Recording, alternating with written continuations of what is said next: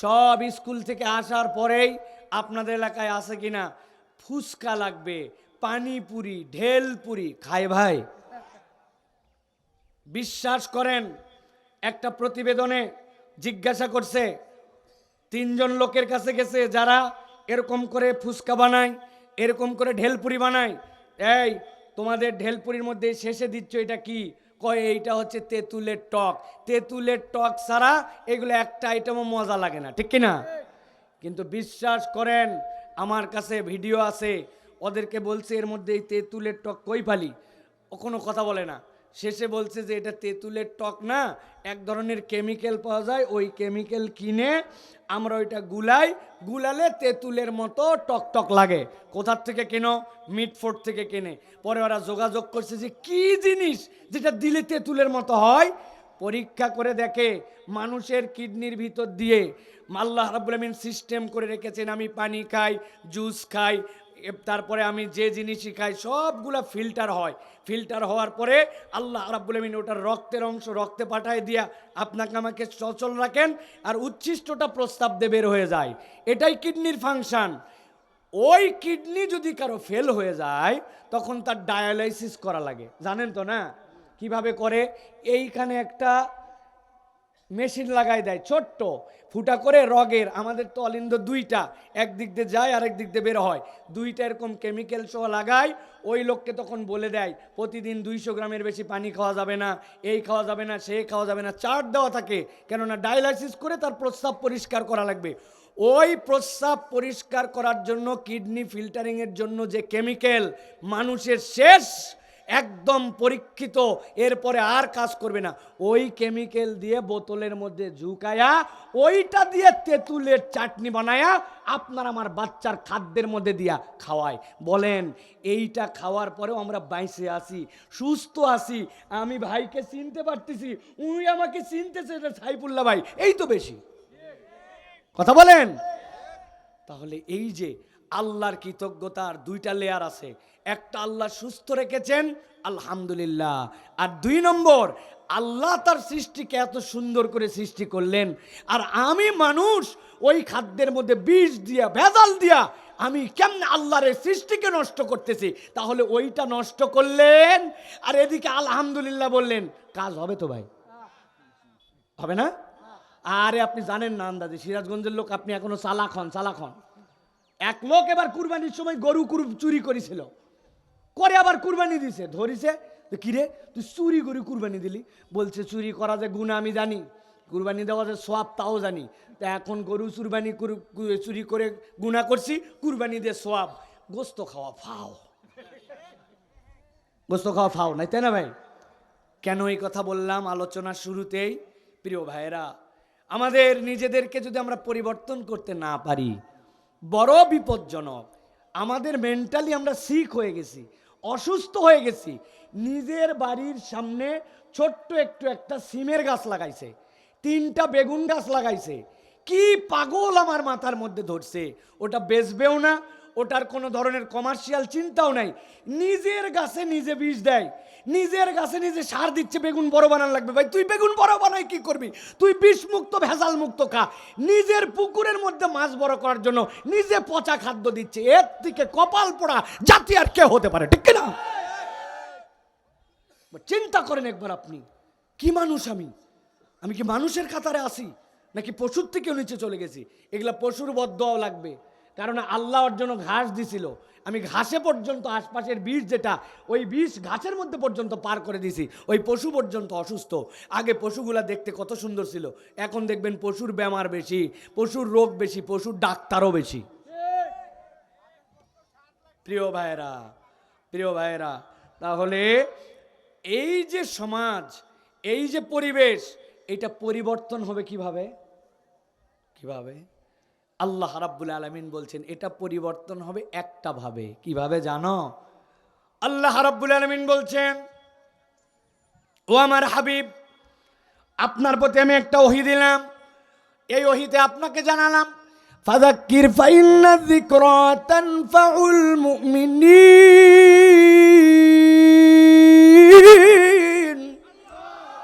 আল্লাহ বলছেন ফাযাক্কির, ও ও আমার হাবিব, আপনি জিকির করেন, আপনি স্মরণ করান, আপনি কোরআনের এই বার্তাটা আপনার উম্মতের কাছে পৌঁছায় দেন। আমি আল্লাহ গ্যারেন্টার হলাম, পা ইন্নায যিকরা তানফাউল মুমিনিন। অবশ্যই অবশ্যই এই কোরআনের আলোচনা, আল্লাহর বর্ণনা, আল্লাহর নবীর আলোচনা, এটার দ্বারা ইমানদার উপকৃত হবে। আল্লাহ বলছেন এটা আমার চ্যালেঞ্জ। এই জন্য এই ধরনের মাহফিল, যেই মাহফিলে আপনি দুপুর বেলায় এসে হাজির হয়ে গেছেন, এটা সকলের নসিবে হয় না। সব মানুষ মাহফিলে আসতেও পারে না, ঠিক কি না? বলছেন তো আওয়াজ করে ঠিক। কিন্তু আমি যদি আপনার কাছে জিজ্ঞাসা করি, ও ভাই আমার সাথে একটু বুঝিয়ে বুঝে উত্তর দেন তো, এখানে যে আপনি এসে বসে গেছেন, আপনার বাড়িতে কি খাট, চৌকি, তোশক, কম্বল আছে না নাই? আপনার বাড়িতে দুপুরের খাবার আছে না নাই? আপনার হাতের মধ্যে ব্যবহার করার মতো মোবাইল আছে না নাই? যদি চাইতেন আপনি এখানে না এসে বাইরে ঘোরাফেরা করলে কেউ আপনারা এসে বকা দিত অথবা পিটায় ভিতরে ঢুকাতো, এরকম সাধ্য এলাকার কারো আছে? তাহলে ও রোজা আছে, আমারও তাই আছে, কিন্তু আমি এই জায়গায় হাজির হয়ে গেলাম আর ওই আসতে পারলো না। এর কারণটা কি? এই কারণের ব্যাখ্যাটা যদি সারা জীবনের জন্য মাথার মধ্যে ঢুকায় নেন, তাহলে আপনি বুঝবেন কোরআন শোনার আনন্দ কি, এইখানে আসার আপনার কারণ কি, আর যে আসতে পারে না তার কারণ কি। আল্লাহ বলছেন, নবী জানায় রাখেন, দুনিয়াতে কেউ যদি ইমানের দাবিদার হয়, নিজেকে মুমিন পরিচয়ে নিজের পরিচয় দেয়, আল্লাহ বলছেন ওই ব্যক্তির পরিচয় ইমানদার যদি হতে হয়, তার জন্য সর্বনিম্ন 2টা চিহ্ন থাকা লাগবে। চিহ্ন কয়টা? এই বসো, হয়েছে তো? এতক্ষণ লাগে নাকি সেট করতে? নিচে বসো, ভালো করে খেয়াল করেন। আল্লাহ রাব্বুল আলামিন বলছেন, কারো যদি ঈমান থাকে, কেউ যদি মুমিন হয়, তাহলে তার জন্য সর্বনিম্ন চিহ্ন থাকা লাগবে 2টা। কয়টা? সারা জীবনের জন্য মুখস্থ করেন। আপনি বলতেছেন আমার ঈমান ঠিক আছে, আমি মুমিন, আর আপনি পরিচয় দিচ্ছেন যে আল্লাহ রাব্বুল আলামিনের বান্দা হিসাবে আমার নাম হচ্ছে একজন মুমিন বান্দার তালিকায় লেখা। আপনার এই কথায় কোনো কাজ হবে না। আপনাকে চিহ্ন দিয়ে প্রমাণ দিতে হবে যে আপনার দাবির সাথে আপনার যৌক্তিকতার মিল আছে। এক লোক আমার কাছে আসছে, এদিকে আছেন সাইফুল্লাহ ভাই, এদিকে আছেন। এত আগ্রহ, কি হয়েছে ভাই? ভাই বলছে দেখে যান একটা জিনিস আপনাকে দেখাই। আগ্রহ নিয়ে গেলাম, কথার কথা বলছি, সবার বলছে উপরে তাকান হুজুর। তাকালাম, তাকায় বলছে দেখেন এক ঝোপার মধ্যে 100টার উপরে। কি রে ভাই 100টার উপরে? তাকায় দেখে বলতেছে এগুলো হচ্ছে ডাব। দেখেন ছোট ছোট, এক ঝোপায় ধরছে 100টা ডাব, তারও বেশি হতে পারে। আমি আবার নিচের দিকে গাছের দিকে তাকালাম, তাকায় দেখে গাছ এরকম চিকন, পাতা ঝুরি ঝুরি। এই লোক বলে এর মধ্যে নাকি 100টা ডাব। আমি তাকায় দেখি আস্ত এগুলা সুপারি। আমি বললাম ব্যাককল কোথাকার, বোকা ভাবছো নাকি? বলেন না হুজুর, ছোটবেলায় ডাব যেরকম থাকে সুপারিও এরকম থাকে, বড় হয়ে এগুলাই ডাব হবে। ওর সাথে আর কথা বলার দরকার নাই, বুঝছে ওর মাথার ডিস্টার্ব। ও ডাব গাছ আর সুপারি গাছ চেনে না, ঠিক কিনা? আল্লাহ রাব্বুল আলামিন বলছেন, ইন্নামাল মুমিনুনা আল্লাযীনা ইযা যুকিরাল্লাহু ওয়াজিলাত কুলুবুহুম ওয়া ইযা তুলিয়াত আলাইহিম আয়াতুহু যাদাতুহুম ঈমানান ওয়া আলা রাব্বিহিম ইয়াতাওয়াক্কালুন। আল্লাহ বলছেন, নবী জানাই দিয়ে রাখেন, ইন্নামাল মুমিনুন, তুমি যদি ইমানের দাবিদার হও, তোমার ভিতরে যদি ইমান আছে, এটা তোমাকে প্রমাণ করতে হয়। আল্লাহ বলছেন তোমার জন্য প্রথম চিহ্ন হবে ইযা যুকিরাল্লাহ, যখন আল্লাহর কথা আলোচনা হবে, কোরআনের কথা আলোচনা হবে, নবীর জীবনী আলোচনা হবে, আল্লাহ রসুলের কোনো কথা যেখানে বলা হবে, তোমার ইমানের প্রথম প্রমাণ ওইটা তোমার মধ্যে একটা প্রভাব পড়বে। আল্লাহ বলছেন কেমন প্রভাব পড়বে? ওয়াজিলাত কুলুবুহুম, তার অন্তরটার সাথে সাথে আনন্দে, তার অন্তরটার সাথে সাথে ভালো লাগায় থই থই করে উঠবে। অন্তরটা যখন থই থই হবে, এটার একটা উদাহরণ দিয়ে আপনার মাথার মধ্যে ঢুকায় নিতে হবে ফিলিংসটা আসলে কেমন হয়। আমি আপনাদের জন্য বলি, মুরব্বীরা উত্তর দিবেন না, খালি তরুণ যুবকরা বুঝে থাকলে বলবা, উত্তর দিবা। ধরো তোমার বাড়িতে একটা গ্যাসের চুলা আছে, গ্যাসের চুলার 2টা মুখ, 2টা বার্নার, এরকম চুলা আছে না ভাই? দুইটা চুলা, এই দুইটা চুলার মধ্যে দুইটা হাঁড়ি দিছে, প্রত্যেকটা হাঁড়ির ভিতরে ধারণ ক্ষমতাও হচ্ছে 1 লিটার। দুইটা চুলা, দুইটা হাঁড়ি।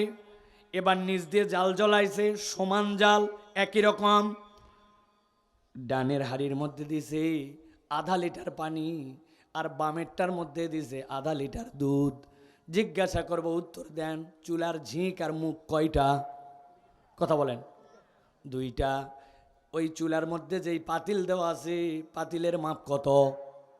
বলেন না ভাই। 1 লিটার। আর পাতিলের মধ্যে যে পরিমাণ জিনিস দেওয়া হয়েছে তার পরিমাণ কত? আধা লিটার।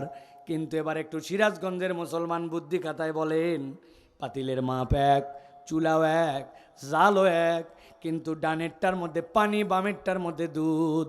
আপনি যখন ওই আগুন জ্বালায় দিবেন, এরপরের থেকে টেনশন, এরপরের থেকে চিন্তা আর সাবধানতা কোনটাই লাগবে, দুধ না পানি?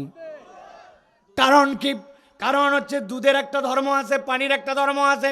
ওই যে দুধ যেইটা আপনি রাখছেন, ওর ধর্ম হচ্ছে ও যদি একবার জাল পেতে শুরু করে তাহলে নিয়ন্ত্রিত জাল না হলে উতলায় উঠবে, উতলানোর পরে ও যার হাড়ির পাশ দিয়ে পড়বে, পড়ার পরে চুলা নিভাই ফেলতে পারে, তবে পানিও শুকাবে কিন্তু পানি উতলাবে না। চুল উতলাবেই না, কেবল ওই দুধ উতলানোর আগে আশপাশে জানান দিবে আমি পুড়ে গেলাম, আপনার চুলা নিভাবে, 2-4-5 জন বুঝবে কিছু একটা পুড়ছে, তারপরে সে শুকাবে। আল্লাহ বলতেছেন, ইদা জুকির আল্লাহ, যখন বান্দা মুমিন হয়, তার কাছে যখন আল্লাহর জিকির করা হয়, সেটা যত বড় বক্তার ছোট বক্তা যাই হোক না কেন, যদি কোরআনের আলোচনা হয়, তার দিলের মধ্যে একটা ভালো লাগা কাজ করে, অন্তরের মধ্যে একটা প্রভাব পড়ে, এইটার জন্য তার দিলের মধ্যে একটা চাহিদা তৈরি হয়। আল্লাহ বলছেন এইটাই হচ্ছে তার অন্তরের মধ্যে একটা থই থই ভাব আনে। এইটা কেবলমাত্র আমার নাম মোহাম্মদ, বাপের নাম আব্দুল্লাহ, আমার ওই ন্যাশনাল আইডি কার্ডের মধ্যে ইসলাম লেখা আছে, আর মুসলমানের পরিচয় নিয়ে ঘুরি, আমার এই পরিচয়ের সাথে সম্পর্কিত নয়, বরং আল্লাহর জিকিরে আপনার অন্তরে প্রভাব পড়ে কিনা, এইটা হচ্ছে আপনার ঈমানের চিহ্ন। ঠিক না? আল্লাহ বলছেন তার 2 নম্বর কি, ওয়া ইযা তুলিয়াত আলাইহিম আয়াতু যাদাতুহুম ঈমানা ওয়া আলা রাব্বিহিম ইয়াতাওয়াক্কালুন। আল্লাহ বলছেন 2 নম্বরে, ওই বান্দাগুলি আল্লাহ রাব্বুল আমিনের তেলাওয়াত যখন তাদের সামনে যায়, কোরআনের আয়াতগুলা তাদের সামনে যায়, কোরআনের হুকুমগুলা যখন সে অন্তর থেকে বুঝতে পারে। সবাই কোরআনের হুকুম অন্তর থেকে বুঝতে পারে না, সব মানুষের কাছেও ব্যাখ্যা সমান নয়। মুফাসসিররা ব্যাখ্যা করছেন, একটা বান্দা তিলাওয়াতের প্রথম যে স্টেজ, ওইটার পরে যখন অর্থটা বোঝে, অর্থের পরে যখন কোরআনের আয়াতগুলার যখন ব্যাখ্যা বোঝে, যেই আয়াতের শানে নুজুল আছে ওইটার শানে নুজুল বোঝে, আবার যেই আয়াতের যে হুকুম আছে ওইটা নিজের জীবনে বাস্তবায়নের জন্য যখন চেষ্টা করে, আল্লাহ বলছেন যাদাতুহুম ঈমানা। আহলে সুন্নাত ওয়াল জামাতের আকীদা হচ্ছে আল ঈমানু ইয়াজিদু ওয়া ইয়ানকুসু, ঈমান বাড়ে এবং কমে। ওই বান্দার ঈমান এমন লেভেলে যায় যে ওই বান্দা আল্লাহ ছাড়া আর কারো প্রতি ভরসা করে না। আল্লাহু আকবার। আল্লাহর পর ভরসা মানে কি? ওর আবাদ করে খেতে, জানে ওই ক্ষেতের ফসল পালে আমার হবে, কিন্তু ও জানে ওই ক্ষেতের ফসল দেওয়ার মালিক আল্লাহ, ওটার মালিকানা আমার কাছে নাই। ঠিক কি না? চাকরি করে, জানে ওই চাকরি থেকে বেতন পায়, সেখান থেকে তার সংসার চলে, কিন্তু ও জানে ওই চাকরির যাওয়া, চাকরিতে আসা, চাকরির দ্বারা রিজিক দেওয়া, এইটার ক্ষমতা আল্লাহর। এটা আল্লাহ রাব্বুল আলামিনের প্রতি বান্দা ভরসা করতে শিখে যায়। এই জন্যই আল্লাহ নবী বলছেন, ওই বান্দার শেষ হাল কেমন হয় জানো? ওই বান্দা হাঁটে, পা আল্লাহর, ওই বান্দা হাত দিয়ে ধরে, ধরাটা আল্লাহর হয়ে যায়, ওই বান্দা চলে, চলাটা আল্লাহর হয়, ওই বান্দার মুখ, বলাটা আল্লাহর হয়। সুবহানাল্লাহ বিহাম। তাহলে আমরা কি এরকম মানুষ হতে চাই প্রিয় ভাইরা? এরকম মানুষ হতে চাই আমরা? চাই। ওই জন্যই তো আয়োজন, এত কষ্ট করে আপনারা সময় ফারেক করে এই জায়গাতে আসছেন, ওই কথাগুলি শোনার জন্যই আমরা এসেছি।